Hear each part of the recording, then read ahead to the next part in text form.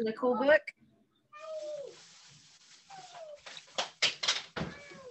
Think he was kind of a cool guy? Yeah. I think so too. So we're gonna watch a couple, well, 3 videos today, kind of about his life, about different things. So we're gonna watch one that is Daniel Tiger. So how many of y'all have watched Daniel Tiger before? Okay, so several of you. If you're older, you might not have, because it kind of became popular not too long ago. But now my little kids love Daniel Tiger. So we're going to watch, the first video we're going to watch is what Daniel Tiger looked like on Mr. Rogers' show, on Mr. Rogers' Neighborhood. So you can see Daniel Tiger, and then we'll watch a clip of Daniel Tiger now. And then we're going to watch a video with a guy named Steve, and I always feel like I say his last name wrong. We're going to say Adubato, maybe. And he interviews Dr. Francois Clemens, who was on the Mr. Rogers Show. So we're going to watch 3 videos, and then we're going to make our own kindness calendar today. Does that sound like a plan? All right. So first, let's watch Daniel Tiger. Old school version, Daniel Tiger.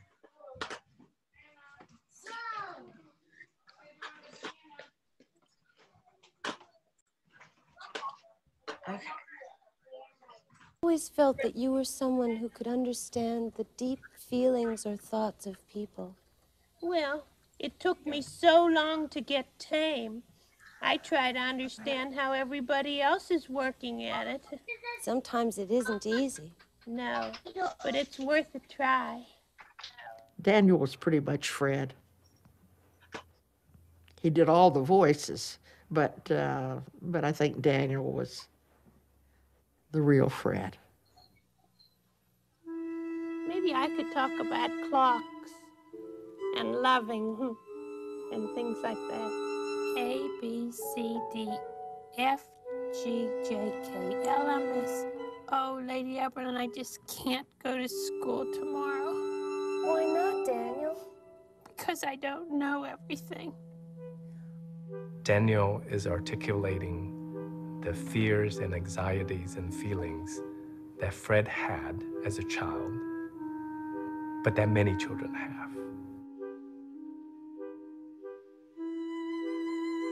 He never forgot how vulnerable it was to be a kid.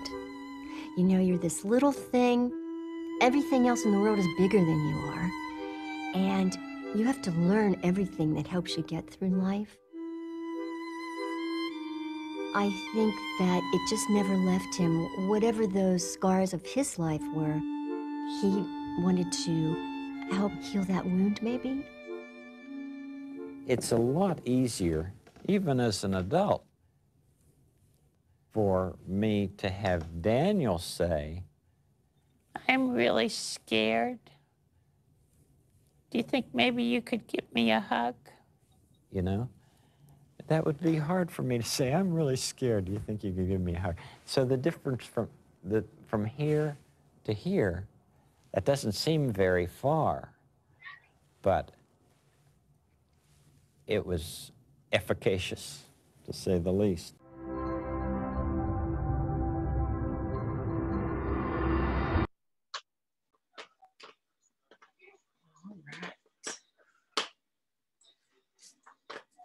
So let's watch our next one.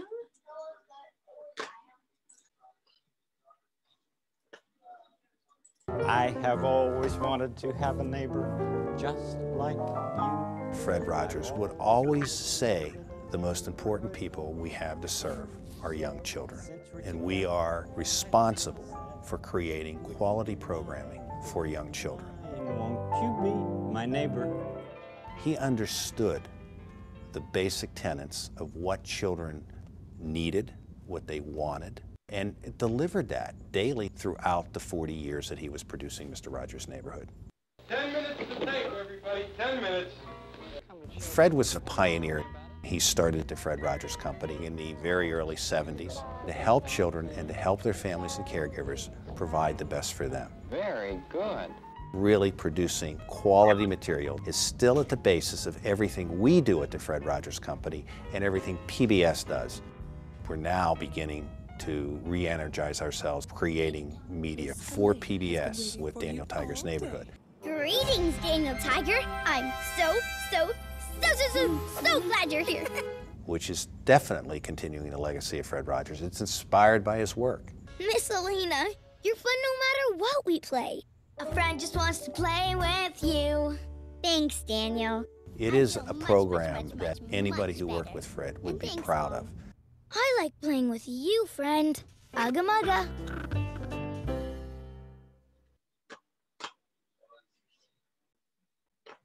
All right. And one more video.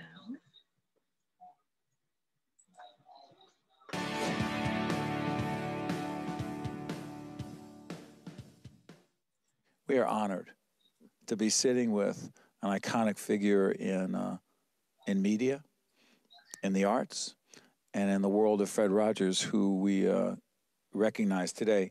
This is Dr. Francois Clemmons, singer, actor, and he was Officer Clemmons in Mr. Rogers' Neighborhood starting in 1968. Tell folks, and by the way, we'll show some footage of Officer Clemmons while you're talking. Who was he and why did he matter so much, sir? Well, I was the first black person to have a steady role in children's television. Fred was a visionary, and I think he knew how important it was to have representation of all races, not just white people. So he invited me to come on the show and to sing. That's what I am. I'm a singer. And he thought up a role that I would do as a helper. They talk about a helper a lot. And there were some problems, some racial problems that he was trying to address in his own way. In our culture, Dr. King was very active at the time, and there were some assassinations, you know, Robert Kennedy, and he thought that these things needed some way of expression among young children. They were aware of what was going on, and he was totally concerned about the effect it would have on children. He felt it was best for them to know that the neighborhood had people of all races and all colors. And we were friends in our private life as well as we were on television. You said he was a mentor of yours. Yes, he was my mentor in the sense that he encouraged me to continue my operatic career, to continue my auditions, my studying, and the traveling that it involved. It was very difficult, I tell you very honestly. And many times I called him on the phone and he gave me encouragement. And you have to take language lessons and coachings and voice lessons, and it's very expensive. And I couldn't have done it had he not stuck by me the way he did. He saw to it. Times when I was discouraged, he said, no, you've come too far. You've done too much, Francois. You can't stop now. So, and he was also, I say, my biggest fan.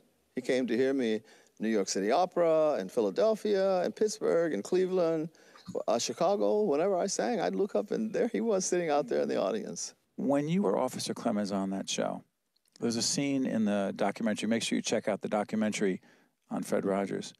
There's a scene that was shown that really struck me where Fred Rogers, you were one of the big helpers in the neighborhood, and he was washing your feet. First? Oh, I don't want him to get wet. Right. Oh, that feels great. Here. You know, when you're a policeman, you do an awful lot of walking, and sometimes your feet get tired. Right. That feels better already. Good. A big, important, significant scene because? Well, you know, Fred was a Presbyterian minister. He was ordained, and so he often referred to Scripture without specifically mentioning Jesus or Peter or Paul or any of the particular Elijah or whoever the characters were in that particular scene that he was fashioning in a way that could relate to children. And one of the things he was showing is how people of different colors can relate to one another and how they can love each one another and care about one another and show. In fact, he wrote this song, there are many ways to say I love you. There are many ways to say I care about you. Many ways, many ways, many ways to say I love you. And the bells are accompanying me. Because it's noon here in Vermont. How about that? And everywhere on the East Coast. and by the way, I love that they're playing. That's happening while you're singing. Yes, I think so. You're used to all kinds of things when you're performing, right? Yes, I am. You have to keep going singing, you know. So he wrote that for me because I was on the show and he wanted to show how Peter and Jesus and he was a Christian, but he didn't want to beat people over the head. But his nature, he was humble. He believed that people who loved you served you, and that this was a way to show that he loved me, and he wanted people to know that was important. And it didn't matter what color I was or who. No, it did not matter at all. And so the idea of going through those motions helped people to understand the scene that we were mirroring had to do with the swimming pools in urban centers around America, where some of the white people did not want black people in their swimming pools, even though they were paying taxes like everybody. And Fred Rogers, you just broke down all those barriers. And what message does it send to all those children watching? It told the children, Mr. Rogers is not a racist, he's not prejudiced, and he survived. Maybe it's okay for me to be like that too. And that message was very important. This whole theme of this conference that the Terrell Fund is putting together, a Terrell Fund Day for our children here in Shelburne, Vermont. Did you think much about when you're on Mr. Rogers' Neighborhood? And do you think a lot about now? How much do you think about now? Infants and toddlers and how they are developing or not, and the impact that you had on them and we need to have on them now, particularly in the media. I know it's a loaded question. Well, I have to tell you that it goes much further sometimes than I'm aware. I've lived here for 22 years in Vermont. I love Vermont. There are wonderful people here. But as I've traveled around the country, particularly since they've done the movie Won't You Be My Neighbor, I think it's a wonderful job that Morgan Neville did. That's the Fred Rogers movie. The Mr. Rogers movie, and it's about his life and his work. I just think that's wonderful. And they've invited me to come and do guest appearances where we talk, Q&A.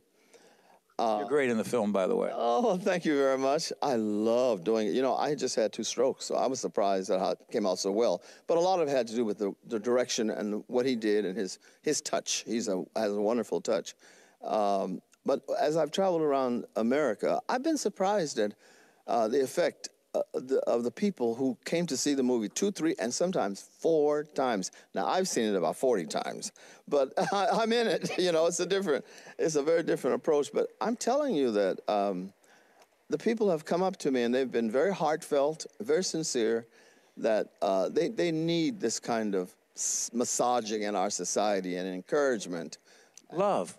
And love, absolutely. And I mean, if hugs would kill you, I'd be dead. But it's like medicine. It's been just wonderful to have that kind of a response. I'm so grateful.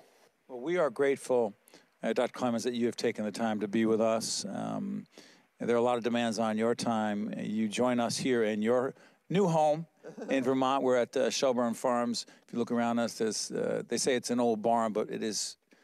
Barn doesn't do it justice, so we'll take some shots of it.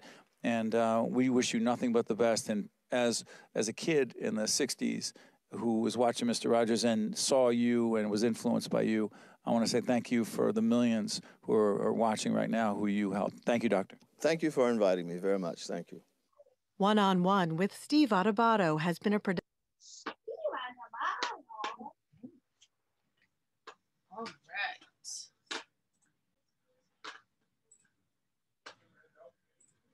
So what'd y'all think about that?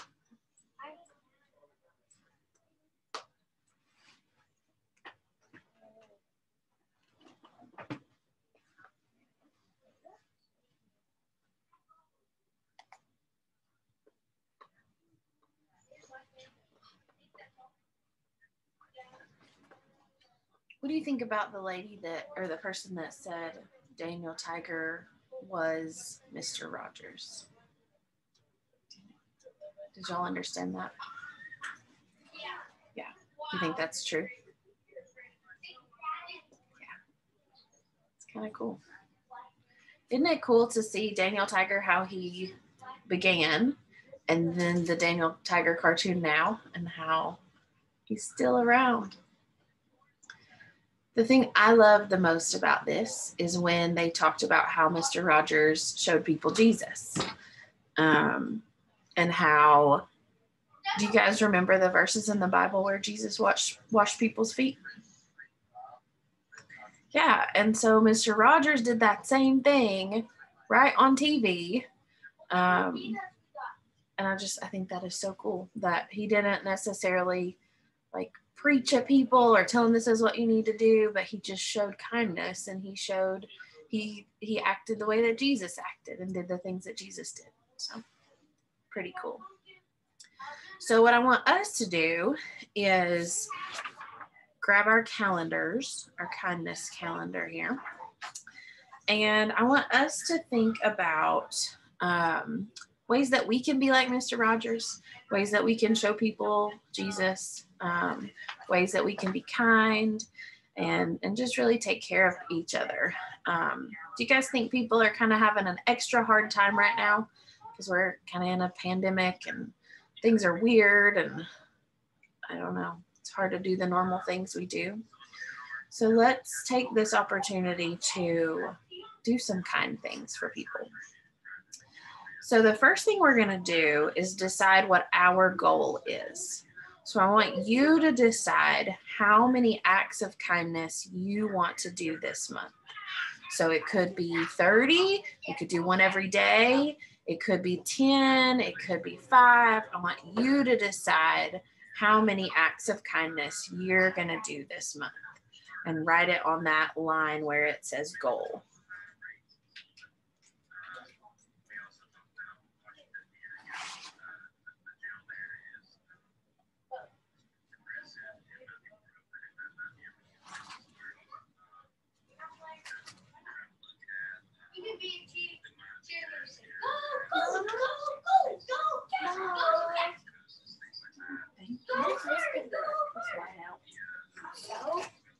All right, well, somebody or maybe a couple of y'all share how many acts of kindness you're going to try to do.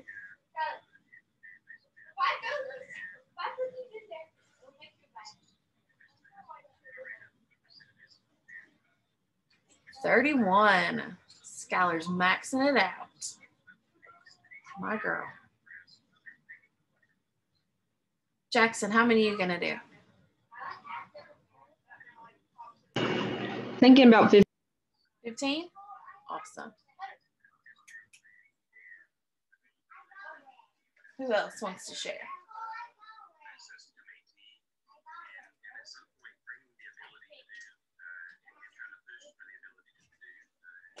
Jordan, how many are you going to do?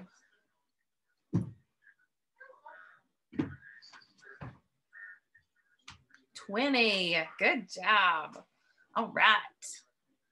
Okay, so let's talk about these acts of kindness. So what are we going to do? So can somebody read March 2nd for me?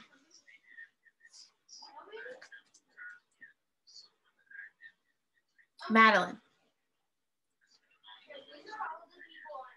Tell a friend that you feel lucky to have them as a friend. Awesome. Okay, so if you want to do that one, just put a check mark on that day so it can help you remember that you want to do that one. All right, March 3rd says you choose.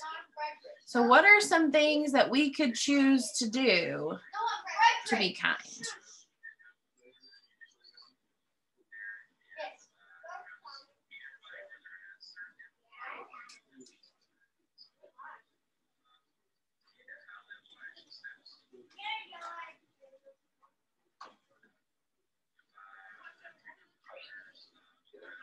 Who has an idea?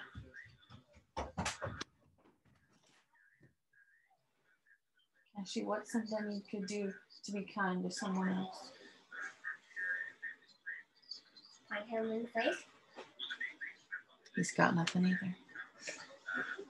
Anybody have an idea? What did you say?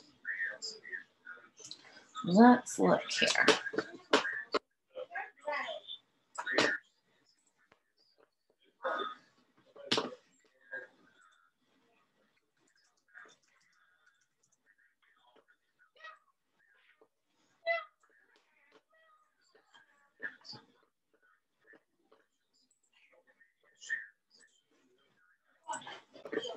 All right, look at these.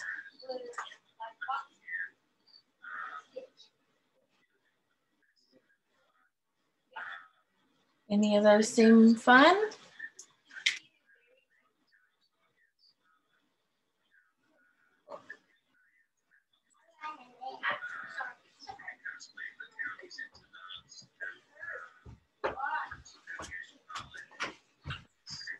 Maybe you could text or call someone and tell them how much you appreciate them.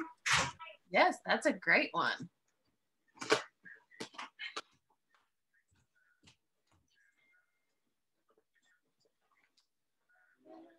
Cindy, it's the March kindness calendar.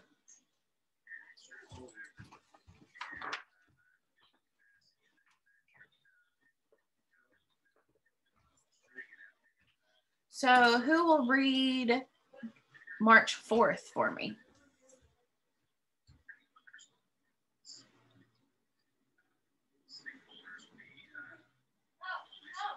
Skylar? Help clean up after dinner. Do you think that's a way to be kind? I do for sure. Hannah, will you read March 5th for us? I can't find my calendar. Okay. It says tell a joke. They have a good joke. Jordan, you got a joke? I saw this blind guy eating seafood. It didn't help. That's a good one.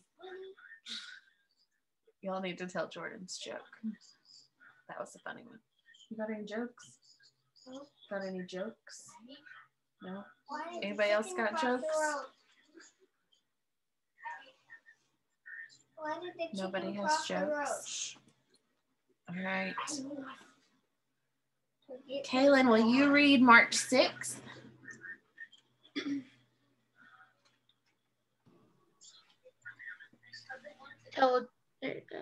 Put change in a vending machine. Yes, thank you. So why would we do that? Why would we put change in a vending machine?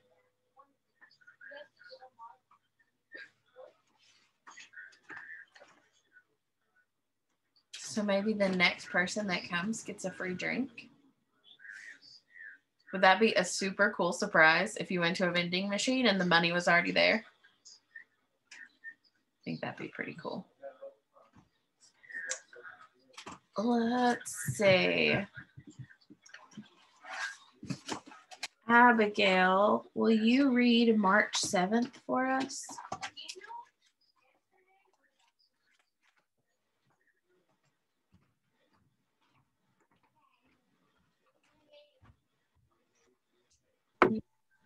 Going outside with a friend or family member. Play outside with a friend or family member. Do any of you all have little brothers or sisters that are like, come play with me, come play with me, come play with me? Anybody have that? I'm the youngest. Yeah. So you could play outside with a friend or a family member. Spend some time together. That's a way to be kind. All right, who can read March 8th for us? Madeline. Read a book to someone.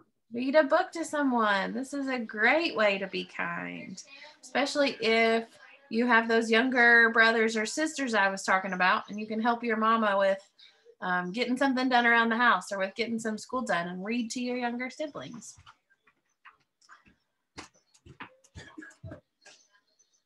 Okay, will somebody read March 12th for us?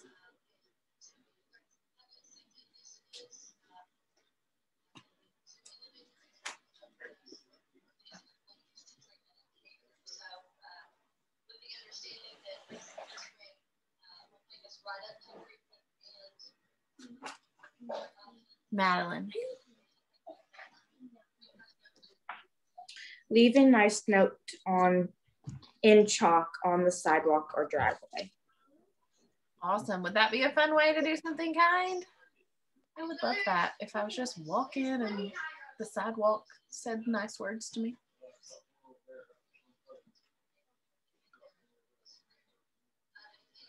All right. Let's see, will somebody read March 18th? Skylar.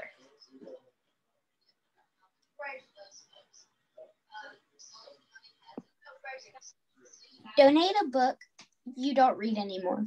Yeah, so if you haven't, it could be toys or books, but donate something that you don't read anymore, or don't play with anymore, to somebody that maybe doesn't have a new book, or doesn't have an answer.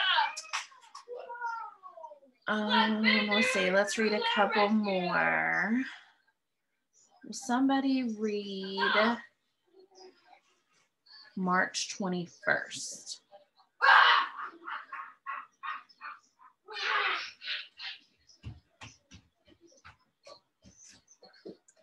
Jackson, will you read it for us? March 21st. Yeah. Wave at someone driving through your neighborhood. Awesome, thank you. So that's a way to be kind, like a really simple way to be kind, and make somebody's day. All right, Audrey, will you read March 31st for us?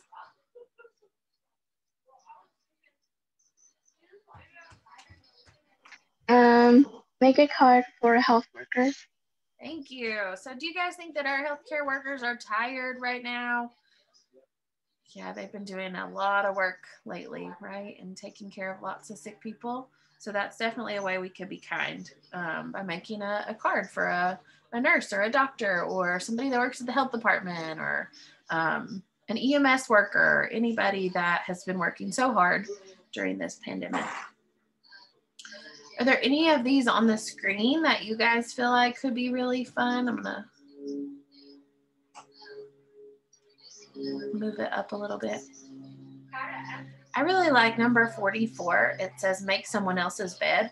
And you wouldn't even necessarily have to make their bed for them, but on March 14th on our calendar, it also says help clean up someone else's mess.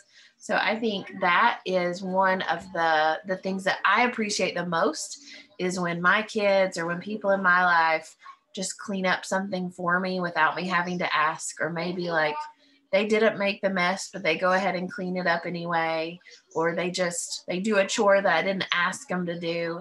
Those things are ways that I really feel like people are being kind to me. Let them sleep. That's also a really good one. Mom, did you really sign us up, me and Cole, for baseball? Yeah. No. No. So what else? Are there any other things you guys can think of that we could do to be kind?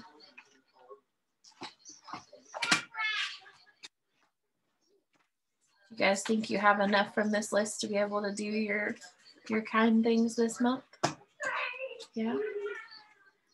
So next week, I want you to be ready to tell me at least one kind thing you've done in the week between the times we're together. I think you can do that.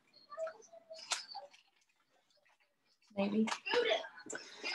All right. So next week we're gonna read about Anne Frank.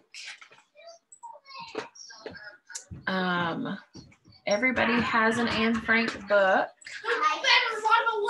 And we're going to talk a little bit about Women's History Month. So we talked about Black History Month, and next we're going to talk about Women's History Month. And we're actually going to do a virtual trip to the United States Holocaust Museum. So we'll get to go through the museum just like we were there, but on our screen. So hopefully that'll be super fun. Y'all have any questions? Ready to go be kind and save the world? I know y'all can do it. All right. I'll see you next week. Bye. Bye. Thank you. Thank you. Thanks.